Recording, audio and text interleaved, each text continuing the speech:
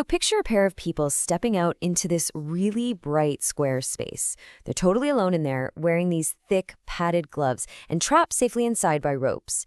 It's wild because this whole thing evolved from a really dangerous, chaotic history into this fast physical puzzle. Hit the other person, but absolutely do not get hit yourself. Those ropes force them to stay close, which means there's nowhere to hide and really nowhere to rest. You can't just run away from the problem. The ring acts like a locked room where this intense physical puzzle just has to be solved right then and there. And to keep things perfectly fair, they use strict weight classes. So smaller fighters only ever face smaller fighters. And they wear heavy gloves wrapped over hands that are actually full of tiny, fragile bones. Inside that space, a referee watches every single rapid move, just to keep them totally safe, ready to step in if things get too dangerous. A loud bell kicks off these short, intense action rounds. They use massive amounts of physical energy so rapidly that a short round in there can literally feel like hours. Then they get this incredibly brief period of quick rest. Because honestly, it really isn't about pure power at all. It's high-speed chess. It's a game of watching incredibly closely for tiny mistakes and constantly setting clever, invisible traps for each other. They'll throw a fast, straight punch, called a jab, just to measure the safe distance and kind of blind their opponent for a quick second. A rock-solid defense is usually what wins it. Good fighters keep their hands up very high and tuck their chins down securely to block hard punches with those thick gloves. But the real secret is the footwork. Tiny, rapid, bouncing steps make the other person miss completely, which just totally drains their energy. Getting to that level of skill is a really lonely process.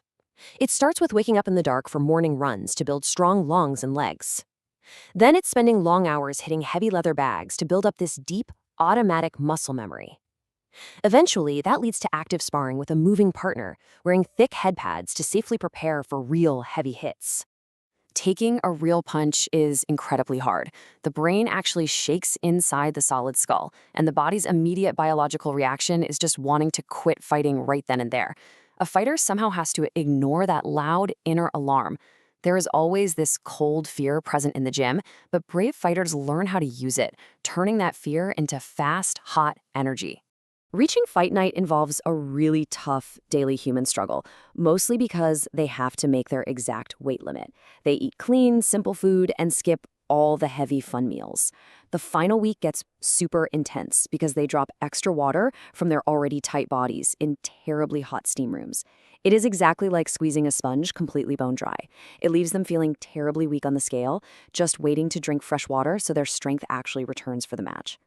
When they finally step out, the big arena is absolute sensory overload. It is so loud and bright, with thousands of excited people screaming in the seats. The lonely fighter walks slowly toward the ring, trying to tune out all that wild noise, trusting only the calm, familiar voice of the smart coach walking right beside them. They step to the center quickly and tap their padded gloves together. It's this simple, deep show of mutual human respect before the action starts. The opening moments are usually a slow, careful study. They throw light, testing punches, feeling things out, and listening to the safe, quiet corners for advice. But then, the physical action just speeds up. Hard, heavy punches start finding their fast targets, and you hear the heavy breathing. Sweat flies to the bright, hot air as they fight. Suddenly, a fast, hard punch violently lands on a jaw. The struck fighter briefly loses their balance, their legs turning totally wet and rubbery. It's a terrifying moment. To survive, they grab the other person in a tight physical hug, which is called a clinch. It's just a desperate way to stop those incoming dangerous punches until the referee finally pulls them apart. When the bell rings, the tired fighter takes huge, deep, fast breaths on a tiny stool. The coach quickly wipes away the sweat and gives them a fresh plan. That ice-cold water feels amazing, but the bell always rings way too soon. They have to stand back up, trying to hide the sharp, quick pain of a draining stomach hit. It takes unbelievable mental focus to just ignore being that exhausted. You're watching Flying Hands, knowing a silly mistake ends the whole thing. Sometimes a brave fighter gets knocked right down. They fall hard to the rough canvas floor, and the big crowd just goes totally, completely wild. The fallen, tired fighter feels terribly dizzy. The bright lights are spinning, and the brain is basically begging them to stay down safely because the floor is very safe and very quiet. Forcing a heavy body up against the brain's loud plea to stay down is honestly like fighting gravity itself.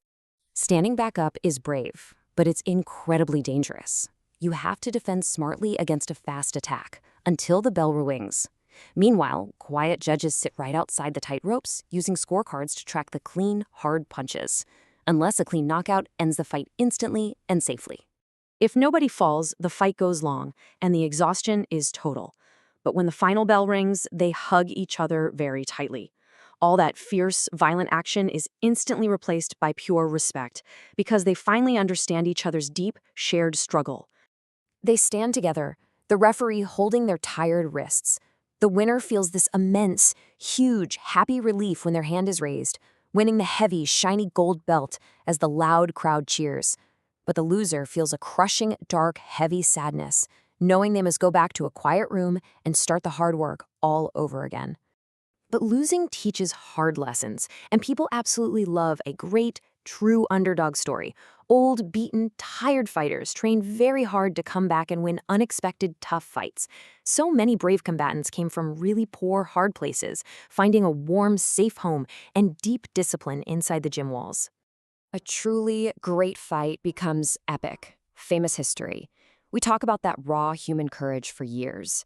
It's fascinating to see how we remember that sheer bravery, even as the sport constantly changes its rules and softens its gloves, trying to better protect the human brain while still keeping the match alive.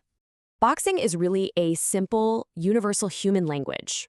Every single culture understands that pure, raw struggle. It totally strips away all the outside unfair advantages.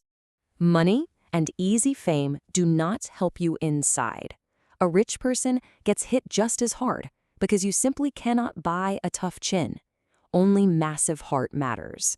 The ropes define a clear, harsh truth zone. You cannot easily lie inside the boxing ring, and your true character always shows under pressure. It's crazy to think about, really. It isn't about physical violence at all.